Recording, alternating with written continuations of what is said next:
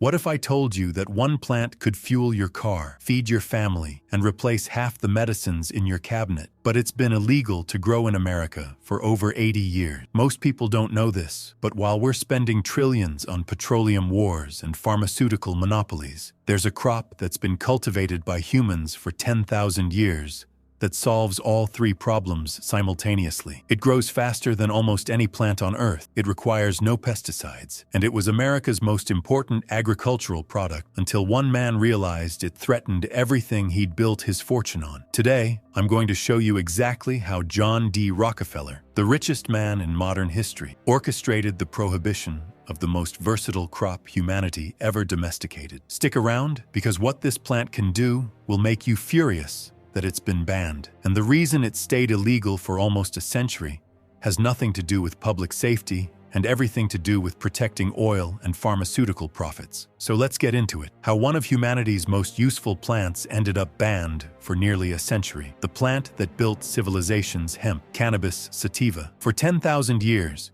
it was one of humanity's most essential crops. Archaeological evidence shows hemp cultivation dating back to 8000 BC in ancient Mesopotamia. The Chinese considered it one of the 5 sacred grains in 2000 BC. It provided fiber for rope, canvas for sails, paper for documents, oil for lamps, protein for food, and medicine for dozens of ailments. The word canvas comes from cannabis.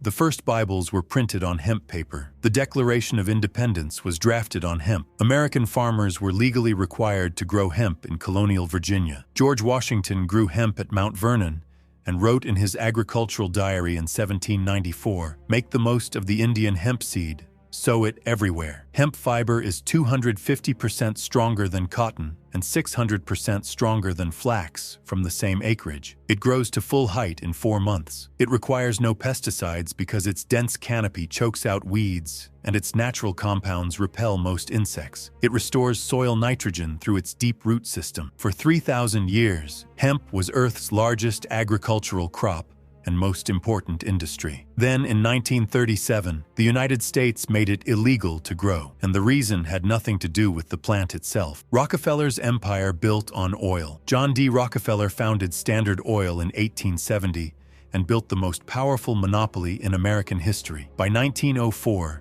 Standard Oil controlled over 90% of oil refining in the United States. Rockefeller became the richest person in modern history, with wealth that would equal over $400 billion today. But Rockefeller's empire faced a problem. In the late 1800s, petroleum had limited uses. Kerosene for lamps, some lubricants. The internal combustion engine hadn't yet made gasoline valuable, and there was a vision emerging that threatened the entire model Rockefeller was building. Rudolf Diesel, the German engineer who invented the diesel engine in 1897, designed it specifically to run on vegetable oils. His first successful engine ran on peanut oil. At the 1900 Paris World Exhibition, the Diesel demonstrated his engine running on 100% peanut oil without any modification. In his own words from a 1912 speech, Diesel said, "The use of vegetable oils for engine fuels may seem insignificant today, but such oils may become, in the course of time, as important as petroleum and the coal tar products of the present time." Diesel believed farmers should grow their own fuel. He envisioned a decentralized energy system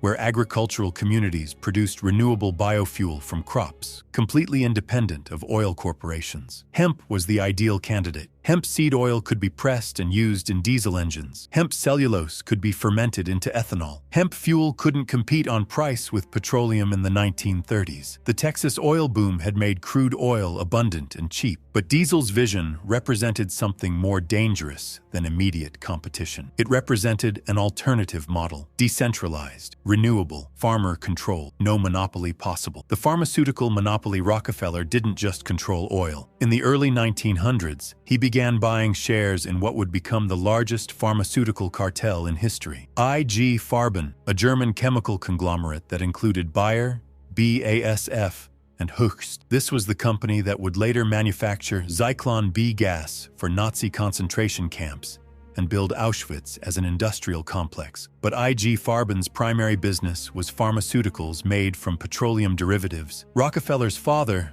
William Avery Rockefeller, had sold snake oil medicines made from crude petroleum mixed with opium. John D. Rockefeller industrialized the concept. Coal tar, a petroleum byproduct, could be chemically processed into synthetic drugs. These drugs could be patented. Patents meant monopoly profits. Hemp threatened this model completely. For centuries, cannabis had been used medicinally in every major civilization. It treated pain, nausea, epilepsy, inflammation, glaucoma, and dozens of other conditions. Before 1937, up to 30% of pharmaceutical medicines contained cannabis extracts. The American Medical Association opposed cannabis prohibition, specifically because doctors relied on it as medicine. But here's the problem for Rockefeller. You can't patent a plant. Anyone can grow hemp. Anyone can extract the medicinal compounds. There's no monopoly, no recurring revenue, no control. Synthetic petroleum-based pharmaceuticals solved that problem. They could be patented for 20 years. They required industrial manufacturing. They generated massive, controllable profits. Rockefeller funded the Flexner Report of 1910, authored by Abraham Flexner with support from the Carnegie Foundation. This report labeled all natural healing modalities,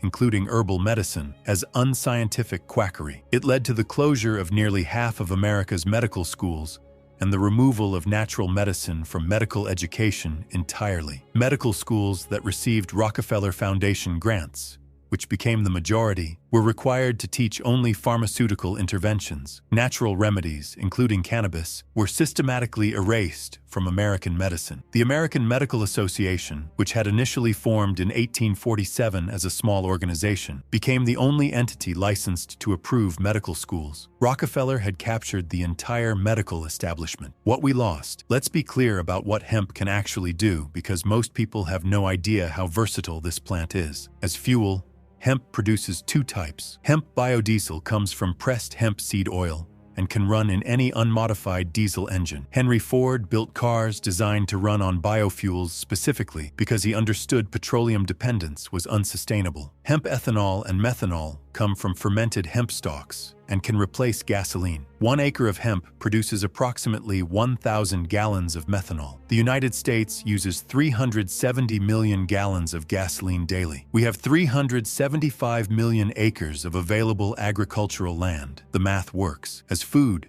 hemp seeds are among the most nutritionally complete foods on Earth. They contain all 9 essential amino acids, making them a complete protein comparable to meat, eggs, and soy. Hemp seeds are 25% protein by weight, higher than chia or flax seeds. They contain omega-3 and omega-6 fatty acids in the ideal 3-to-1 ratio for human health. They're rich in vitamin E, magnesium, phosphorus, and potassium. Hemp milk, hemp protein powder, hemp flour, and hemp oil are all nutritionally superior to their conventional counterparts. As medicine, cannabis contains over 100 active compounds called cannabinoids. The most studied are THC and CBD. CBD has proven effective in clinical trials for treating epilepsy, particularly in children with drug-resistant seizure disorders. Cannabis reduces nausea in chemotherapy patients, lowers intraocular pressure in glaucoma, stimulates appetite in AIDS wasting syndrome, and treats chronic pain without the addiction risk of opioids. As industrial material, hemp fiber makes stronger paper that doesn't yellow with age, biodegradable plastics that decompose in months instead of centuries, textiles more durable than cotton, insulation more effective than fiberglass, and construction material called hempcrete that absorbs more carbon during growth than is emitted during production. All of this was suppressed for 80 years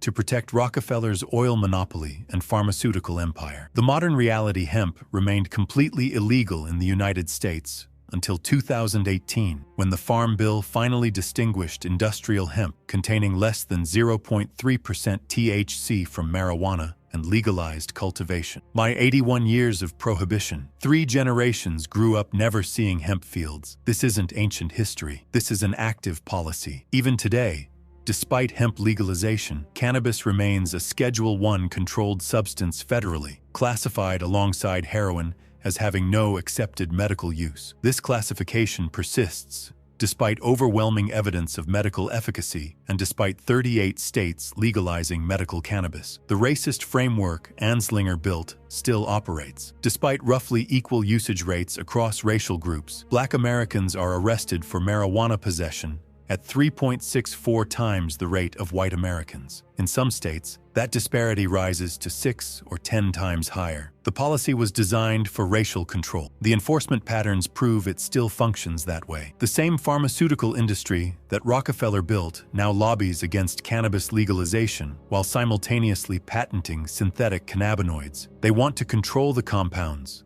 patent them, and charge monopoly prices for what you could grow in your backyard. Why this still matters: one plant, 10,000 years of human use, banned for 80 years to protect one man's fortune and the industries he controlled. Rockefeller didn't just suppress a crop. He redirected the entire trajectory of human civilization toward petroleum dependence and pharmaceutical monopoly. We're still living in the world he built. We're still poisoning ourselves with his products. We're still prohibited from growing the renewable alternatives that threatened his empire. The industrial hemp market is now projected to reach over $16 billion by 2033. Europe grows industrial hemp across millions of acres. Canada exported hemp products to the United States for decades, while American farmers were prohibited from growing it. America, the country where hemp was once required by law, became the world's largest importer of hemp products because we banned domestic production to protect corporate profits. Try growing hemp now if you live in a state where it's legal. See how fast it grows. See how little water it needs. See how it chokes out weeds without chemicals. And then ask yourself why we were told for 80 years that this plant was dangerous while being handed petroleum products